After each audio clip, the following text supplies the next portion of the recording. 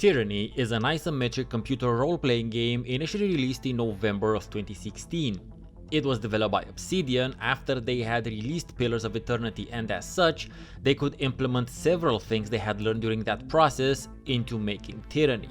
It was developed by Obsidian but published by Paradox, with Paradox actually owning the IP itself, which is something that most likely caused some issues for us, the gamers, in terms of experiencing Tyranny properly. But more about that later on. I initially reviewed it in 2017 and most of the things I said in that video are still valid. It's definitely still very much Fantasy Judge Dredd. The world of Terratus is still super compelling, the approach of studying the nature of evil from within is still solidly made, and as far as I'm concerned, I still consider it to be a modern masterpiece of the genre, but there are some caveats. The major problem the game had was that its story flow seemed hobbled, its experience incomplete. It was as if big chunks of its content were missing and the ending felt abrupt. Despite these issues, the playthrough experience was still strong enough to make it one of my recent classics. In the meanwhile, 2 expansions were added to the original game, Tales from the Tears and The Bastard's Wound. The Gold Edition, the one I will be discussing in this series of videos, contains the 2 expansions, so this is the content complete version of Tyranny. That's all nice and good, but for those of you who may not be aware of Tyranny, what is it all about? Tyranny takes place in a high fantasy world in which evil has won. Not only has evil won, but you are working for it. The evil in this case is a nigh omnipotent and possibly immortal ? Sorcerer called Kairos, who has been waging a 400-plus-year-old campaign to conquer and rule the world of Terratus through every and any means necessary. This ranges from threats and diplomacy to all-out war, to making use of immense region-wide enchantment-type spells called edicts unique to Kairos.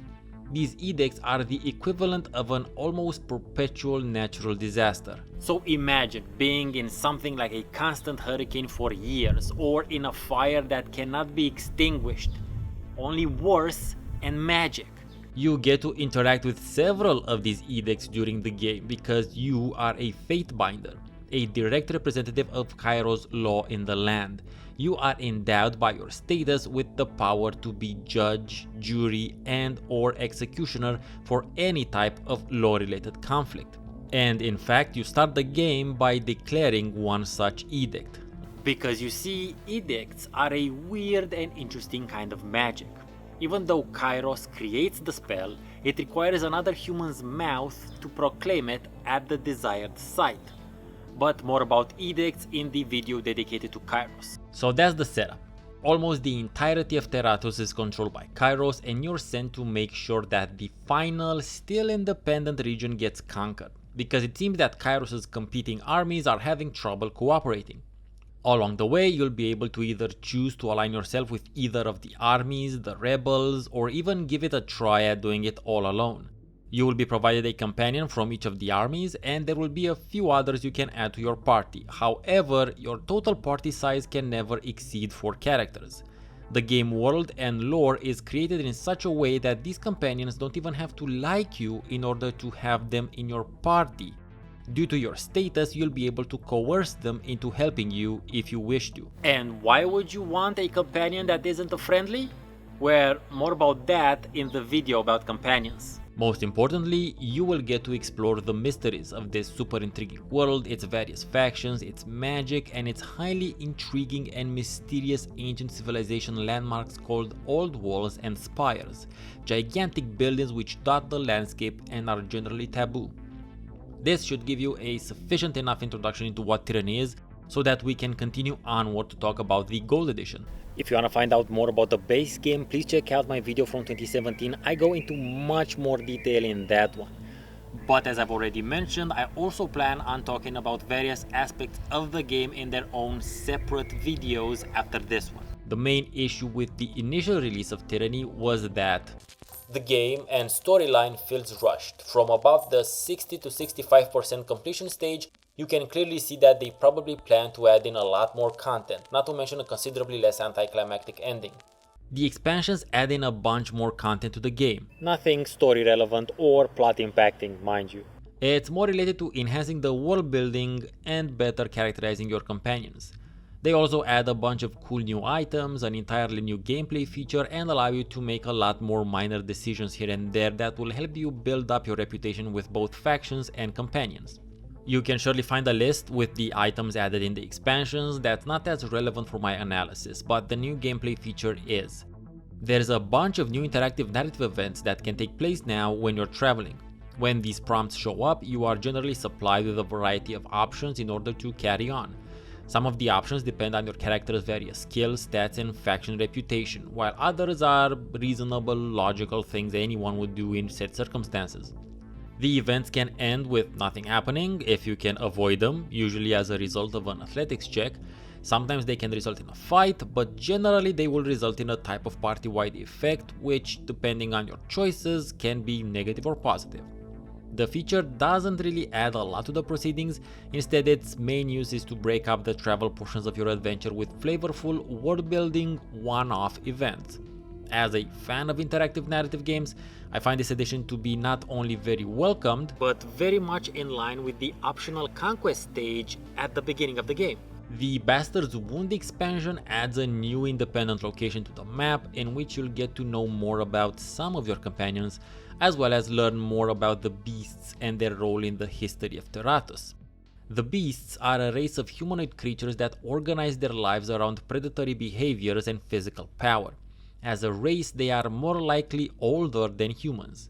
The expansion also came with a separate free update which added more content to the third act of the game, which was indeed desperately needed. This expansion also adds more character development for Lantry, Barrick, and Verse, which could be considered as your main companions. I should mention here that the expansions do not add any new companions. One thing I did not discuss in enough detail during my initial review was the reputation system used in Tyranny, which is fairly unique to this game and could only really work within this world. The reputation mechanic is divided into favor and wrath for the factions and loyalty and fear for your companions. And depending on your actions and decisions, you will either gain one type of mechanic with one faction/companion and lose some with others, or the other way around. Now, that may be true for your first playthrough, which again, for your first playthrough, I still suggest you go with your gut and roleplay through the game so that you are invested, interested, and immersed in what happens to whom and why. But on later occasions, as I've discovered during the playthrough for this video series, despite what you may want to elicit from any of the factions or companions, you might find yourself making what I call meta decisions. Because the game gives you the option of toggling the info of the reputation impact that each of your decisions will have. Now, what are meta decisions, you may ask? These are decisions that you make from the player knowledge point of view, not the character knowledge point of view. The things and minutiae you are aware of as the player, not the things that the character is aware of. And anyone who has played tabletop RPGs for a certain amount of time will know what I'm talking about. That's player knowledge, not character knowledge. You'd know, but your character wouldn't. This translates into doing certain things that will increase one type of reputation or another in order to gain access to the special abilities any of those types of reputations come with, because, and here's the interesting, important, and highly flavorful part, they're all useful. Regardless if your companions are loyal or they fear you, or the factions like or hate you, or maybe even both at the same time, you'll gain a useful ability from them. Due to how the story is built around your character, you can force non-friendly companions to join your party even if you have a negative reputation with their faction or with them.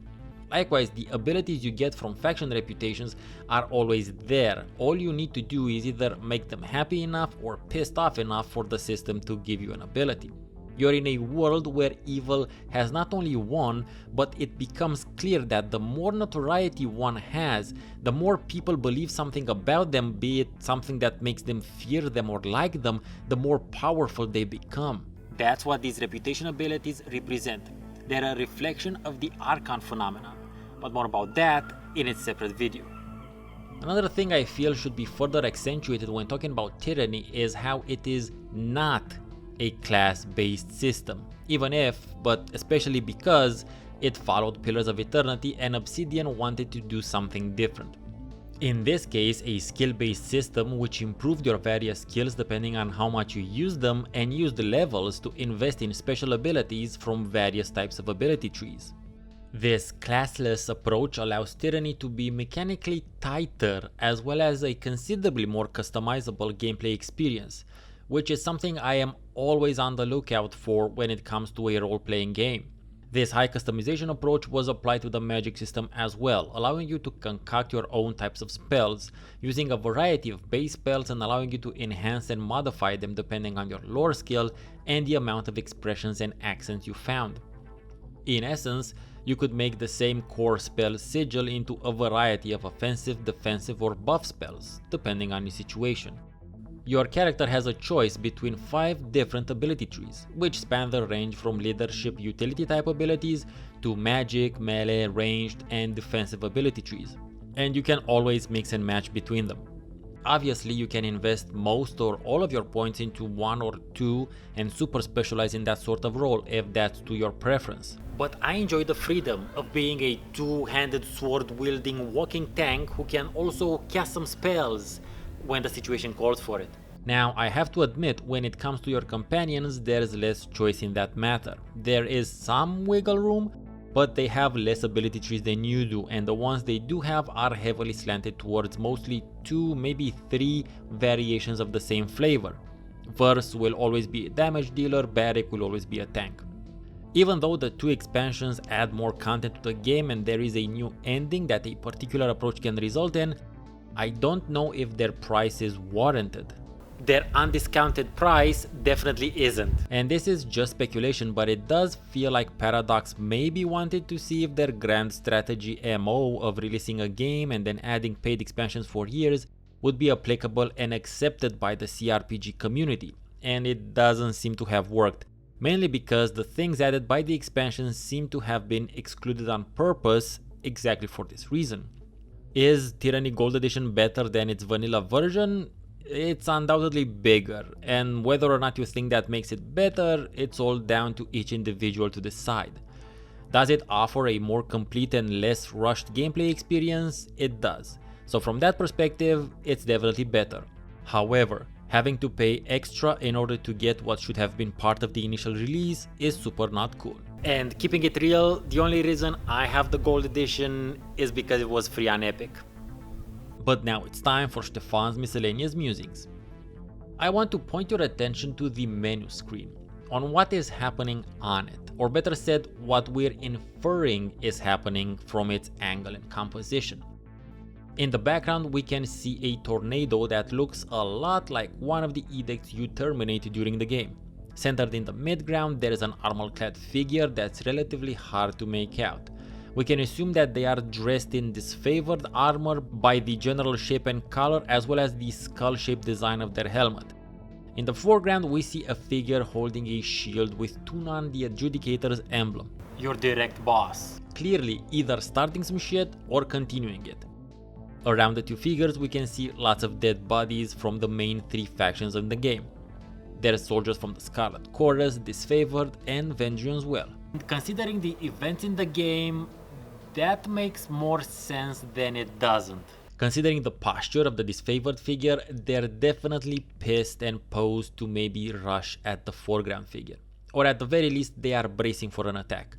But the foreground figure, which we can assume represents us the players because of Tunan's emblem, is standing straight with only the head turned towards the disfavored figure. The way in which I see it, it's as if this image is capturing a moment when you are walking around, circling the pile of bodies and keeping your enemy in your sight. However, the enemy isn't that much of a real threat to require your entire body to face them. But that being said, we're only assuming the foreground image represents us the player. Besides the Tunan emblem and the prominent position in the frame, there is little else to signal that this might actually be the player. You can see the faces of either of the figures, which makes a certain amount of sense, because you can customize your character in the game. So technically speaking, either of the figures could be representing you. It's a fairly odd and ambiguous menu screen is what I'm saying. And what it made me think of is the cover of the original Wasteland. The by now iconic image of 1 versus 5, or is it 5 versus 1? Standoff, signaling how you can be either the 1 or the 5. This odd vagueness, this ambiguity of not really being sure what is which, is only then strengthened when you play the game by the moral grayness of the game world and of the types of decisions that you have to make. Anyway, that's just the type of stuff I think about when I make these deep dive videos, just a little bit of a tangent through my thought process. This obviously didn't cover the entirety of Tyranny because it has so many interesting component parts that I decided to dedicate special videos to said parts. So if you think I didn't talk enough about Kairos, your companions, or the Archons, rest assured it's coming. Until next time, I've been Stefan and Sic Semper Tyrannis. If you enjoyed the video, then make sure you like it and share it wherever you think it might be appreciated. If you want to see more videos like this, make sure to gently tap that subscriber button, but absolutely tyrannize the bell notification button. Checking out my Patreon page would also be deeply appreciated if you're in a position to do so. I've been Stefan. Thank you very much for watching. Have a great rest of your day and see you next time.